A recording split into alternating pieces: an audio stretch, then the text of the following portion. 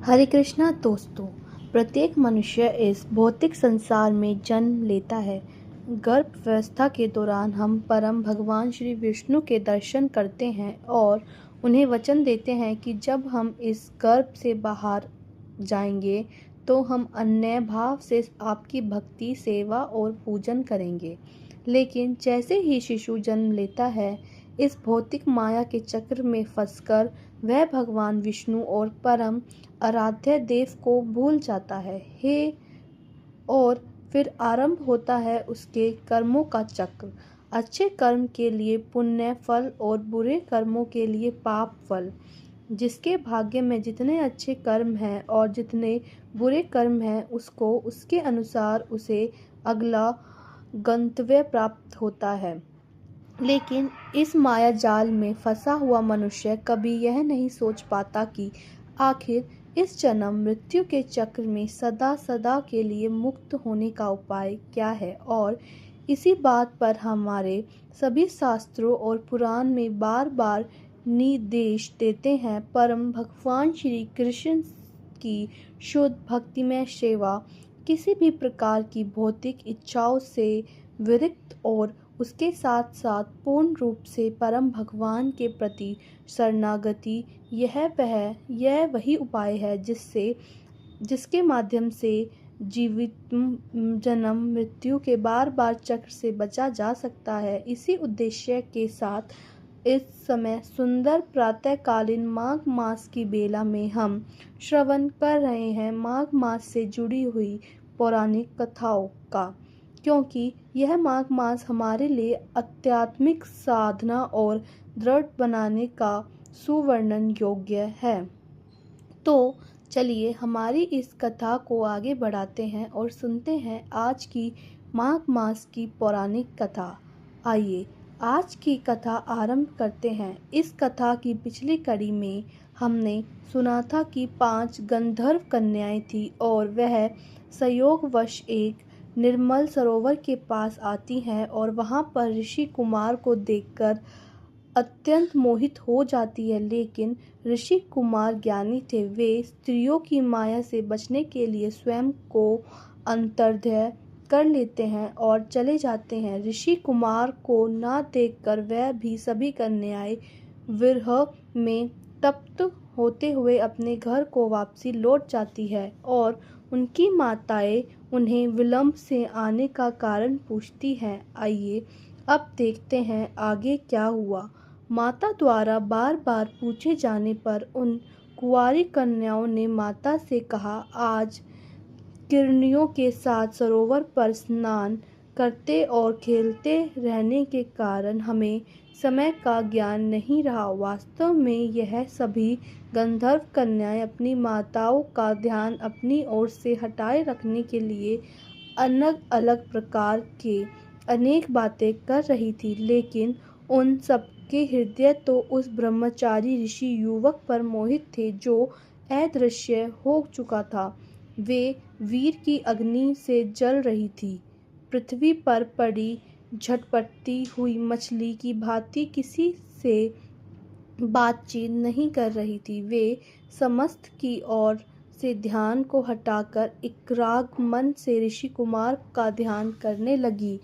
इसी प्रकार से उन्होंने रात्रि बिताई और प्रातःकाल में जब वह उठी तो जल्दी घर से बाहर निकली और आपस में बातचीत कर कर उसी सरोवर की ओर चल पड़ी जहां उन्हें ब्रह्मचारी युवक मिला था।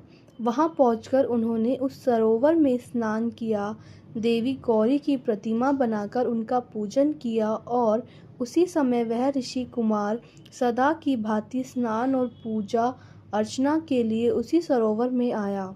उसे आता देख उन सभी कन्याओं के हृदय कमल खिल गए और वे बिना कुछ सोचे विचारे दौड़कर उस ब्रह्मचारी के पास पहुंची, इस आशय से कि वह कहीं भाग ना जाए। और सुंदरियों ने उसे चारों तरफ से घेर लिया और कहने लगी, हे प्रियतम, कल तुम हमें छोड़कर कहाँ चले गए थे, मगर आज हम तुम्हें कहीं नहीं जाने देंगे। स्वयं चारों ओर से उन सुंदरियों द्वारा घिरे हुए जानकर वह ऋषि कुमार चिंता में पड़ गए। उसने उन्हें भली प्रकार से समझाते हुए कहा, हे सुंदरियों, धर्म की मर्यादा को ध्यान में रखो। मैं तो अभी तक ब्रह्मचारी हूँ और वेद अध्ययन कर रहा हूँ। जब तक मैं गृहस्थ आश्रम में प्रवेश करने के योग्य नहीं हो जाता, तब तक मैं विवाह कैसे कर सकता हूँ। गुरुजनों का कथन है कि प्राणी को अपने वर्ण का और आश्रम की रक्षा करनी चाहिए, और इसीलिए तुम मुझे वरण करने का विचार त्याग दो। अपने घर और मुझे इस घेरों को तोड़कर मुझे बंधनों से मुक्त करो। मुझे स्नान के लिए जाने दो, विलंब हो रहा है। अब इधर यह सारी गंधर्व कन्याएं कमास्तक हो रही थी। उस ऋषिपुत्र की ऐसी अमृतवाणी सुनकर वह और अधिक आकर्षित होने लगी, अधीर हो गई और कहने लगी, हे कामरूपे, विद्वानों का कथन है कि धर्म से अर्थ से काम और कर्म के धर्म का उदय होता है। तुम्हारे संचित धर्मों के कारण ही अब काम तुम्हारे सम्मुख उपस्थित हुआ है, अतः तुम उनका उपभोग करो। यह तो स्वर्ग भूमि है, यहाँ दिव्य भागों की कोई कमी नहीं है। उचित है कि आप हमें निराश ना करें, हमारा हृदय को शांति पहुँचाए। इन गंधर्व कन्याओं की बात सुनकर ऋषि कुमार ने गंभीर वाणी में कहा, देवियों, तुम्हारा कथन न्याय संगत है, लेकिन आप मेरी बात नहीं समझ रही। मुझे अपना ब्रह्मचार्य व्रत समाप्त करने के लिए गुरु की आज्ञा लेना अनिवार्य है। यह सुनकर उन कन्याओं के काम से विफल होकर कहा, अरे तुम महान मूर्ख हो।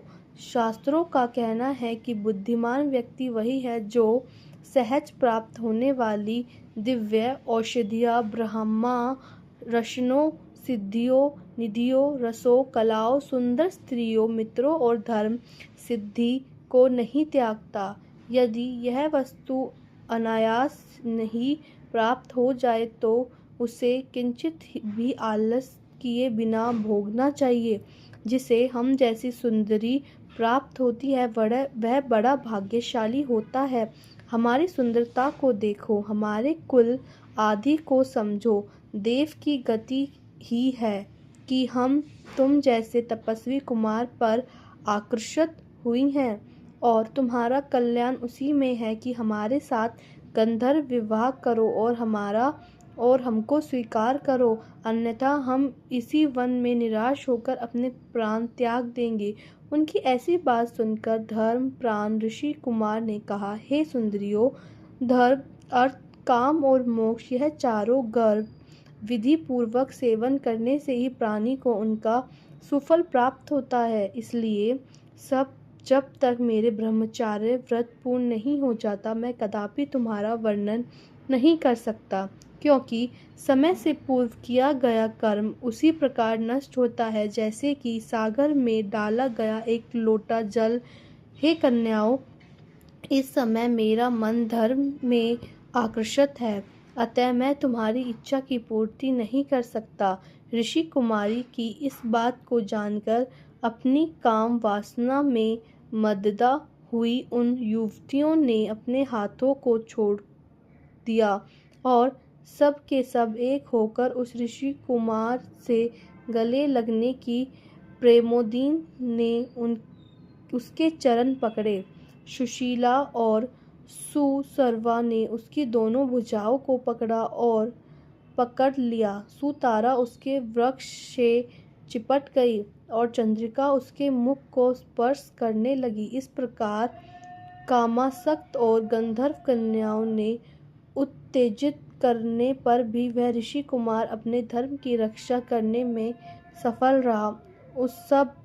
अब उसे प्रचंड क्रोध आने लगा और तब क्रोधित होकर उस ऋषि कुमार ने गंधर्व कन्याओं को श्राप देते हुए कहा, हे कामासिको, तुमने पिशाचियों की भांति मुझे घेरा हुआ है, इसलिए मैं तुम्हें श्राप देता हूँ कि जाओ, तुम पिशाचिनियाँ बन जाओ और उसी का स्वरूप ग्रहण करो।